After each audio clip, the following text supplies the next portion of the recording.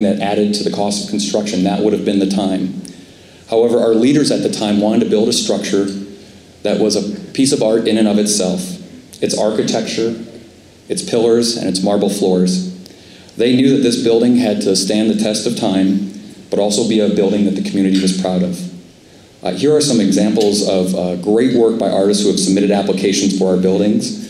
Soon we will see artwork similar to this, of beauty and grace on the walls and foyers of Linn County buildings that future generations of Linn County residents will get to enjoy. As a supervisor, when I talk to groups, the conversation inevitably turns to spending and taxes. What people want most is the assurance, the knowledge that we are doing all we can to hold down costs, and when we do spend money, we do so wisely. I cannot emphasize enough how important it is that Linn County is financially stable. The Board of Supervisors recently returned from a legislative conference in Washington, D.C., sponsored by the National Association of Counties. During the conference, we met with county officials from across the nation who talked to us about budget crises and cuts that are impacting their services, their citizens, and their workforce. At the NAGO conference, it was reported that 40% of counties recently surveyed had already tapped into their reserve funds. 47% are delaying capital investments, which has a long-term cost to government. 53% had to reduce staff and services. And 71% of those with fewer employees lost up to 5% of their workforce. And fortunately for us, these statistics do not apply to Linn County or our budget.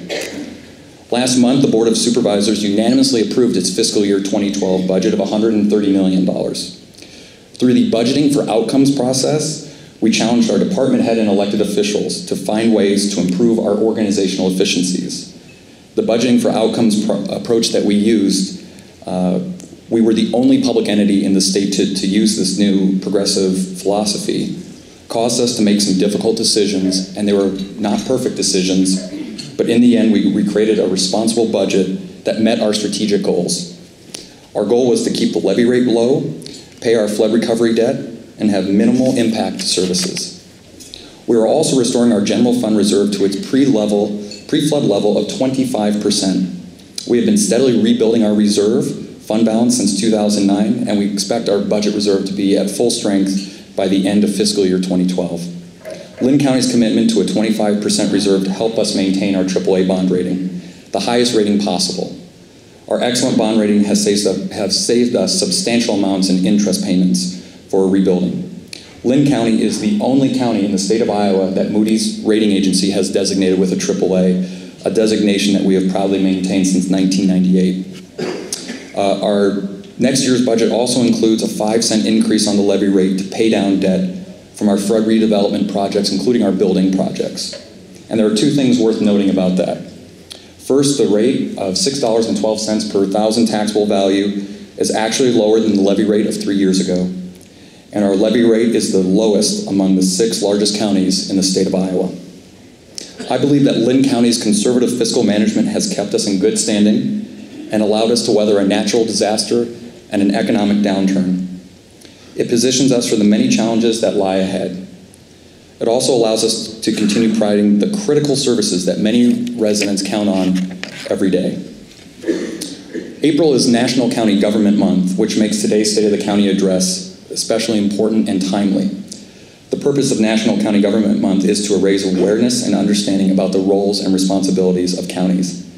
It's great that an entire month is dedicated nationwide to raise awareness of county governments, but let me tell you that communications about an improvement in county services to me are a 12-month-a-year challenge and opportunity. Many people associate county government with services such as road construction and maintenance, resource conservation, issuing license plates, and collecting taxes. However, Linn County provides critical services that are available to all 211,000 county residents, regardless of where you live in Linn County. We work to protect our most vulnerable citizens with essential human services like youth services, mental health programs, veteran affairs, and in-home care. We work to provide experiences that enhance quality of life, like hike and bike trails, camping, hunting, fishing, recreational, and educational opportunities. County government performs critical functions like restaurant inspections, monitoring air quality, vaccinating children, providing public safety, emergency management, and building inspections, to name a few, all to keep you and your family safe.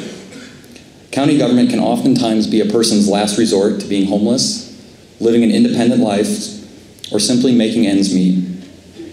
I asked our Human Service Department heads to provide me with some stories of how Linn County services have had a positive impact on the residents who utilize those services. The results were staggering and overwhelming to me. We have never really talked at length in a State of the County address about the people who use our service and how they're impacted. So I want to share with you a couple stories that highlight what county government does and why we are important. Options of Linn County is a sheltered workshop that partners with community businesses to provide employment services to adults with disabilities. This is the only county program of its kind in Iowa. Options of Linn County serves over 350 people every year and has been serving families and individuals with physical and intellectual disabilities since the 1960s. One Options client, a 6-year-old male, lived at Woodward, which is a state-run mental institution, for many years. He relocated back to Cedar Rapids from Woodward with the agreement that if the arrangement did not work out, he could return. He moved into a residential group setting in Cedar Rapids and began working at Options to increase his social and work skills. After some years of training, he is now employed in the Cedar Rapids community with minimal employment and residential support through the assistance of Linn County. His story is important for several reasons. Because of Options, he was able to learn the necessary skills for him to find employment, and almost as importantly, stay in the community. The cost for institutionalizations for taxpayers is high compared to keeping a person in their home. Anything we can do to help people stay in the community, provide the wraparound services that they need to live a better life, is something we can all be proud of. Another service that complements Option is our paratransit bus system called Lifts. Transportation is critical to maintaining an independent lifestyle and having a good quality of life. Lifts helps our residents with disabilities go to work, doctor's appointments, grocery stores, and shopping centers. One rider named John is 50 years old, intellectually disabled, lives in very rural Linn County with his aging parents, and is now employed as a local janitor at one of our local colleges. Lifts makes the drive out to his rural residence because his parents cannot drive him to work. John is able to go to work because Lifts is there for him. This is another great example of how Linn County helps to improve the quality of life of our residents. I used to be a youth care worker at Four Oaks, so I have a special place in my heart for organizations that help children in need.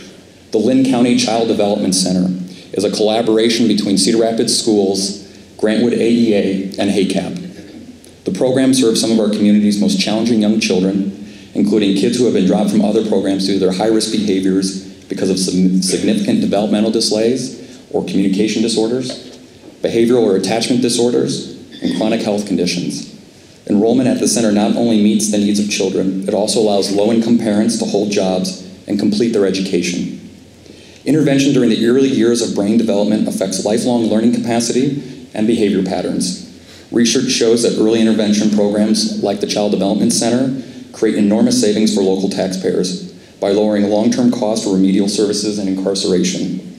Applying the research data to the Child Development Center services, we can estimate that for every graduating class of just 32 children completing the program, local taxpayers save $5.4 million in lower long-term social costs, including $4.7 million in reduced juvenile delinquency and criminal costs.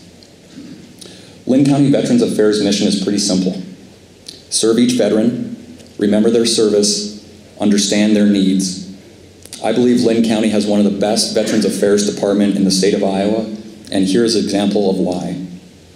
A World War II veteran whose health was failing was having to go into a nursing home.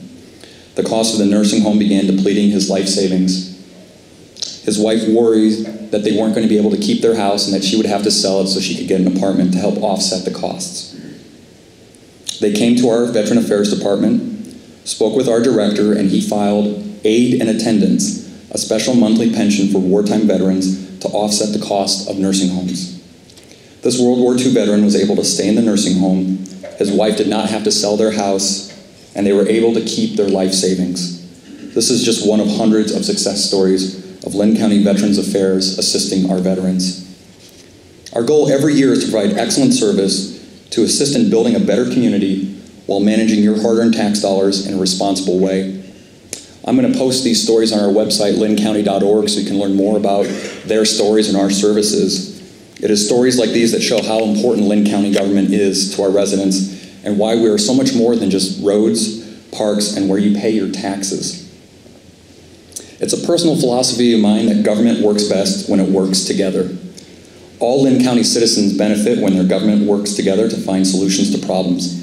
And I'm here to tell you that Linn County is ready to be a partner and a leader in those discussions, not just for flood redevelopment, but for the many issues that impact Linn County citizens. Moving forward, we will continue our partnerships with the City of Cedar Rapids, other cities in Linn County, and the Iowa Legislature. In fact, last month, the City of Cedar Rapids and Linn County signed a memorandum of agreement to help protect Mays Island from future flooding, which has our courthouse, our jail, as well as City Hall. I hope by now all of you have heard that there is a vote on May 3rd about whether to extend a 1-cent option sales tax. Voters in most of Linn County locations will vote in this election. If passed, the tax will begin July 1, 2014, at the conclusion of the current local option sales tax. Each jurisdiction in Linn County has its own initiatives that would be funded by the tax. If approved by the voters, the tax would be extended for 20 years in unincorporated Linn County. We will use this revenue from the tax for the unincorporated areas in the following ways. 50% will be used for our Linn County secondary road system, including construction, maintenance, and operation of Linn County secondary farm-to-market road systems and bridges. 25% will be used for Linn County conservation programs, natural resources and infrastructure, including construction, maintenance, operation, watershed management, and water quality. And 25% will be used for property tax relief exclusively for property owners located in rural unincorporated Linn County.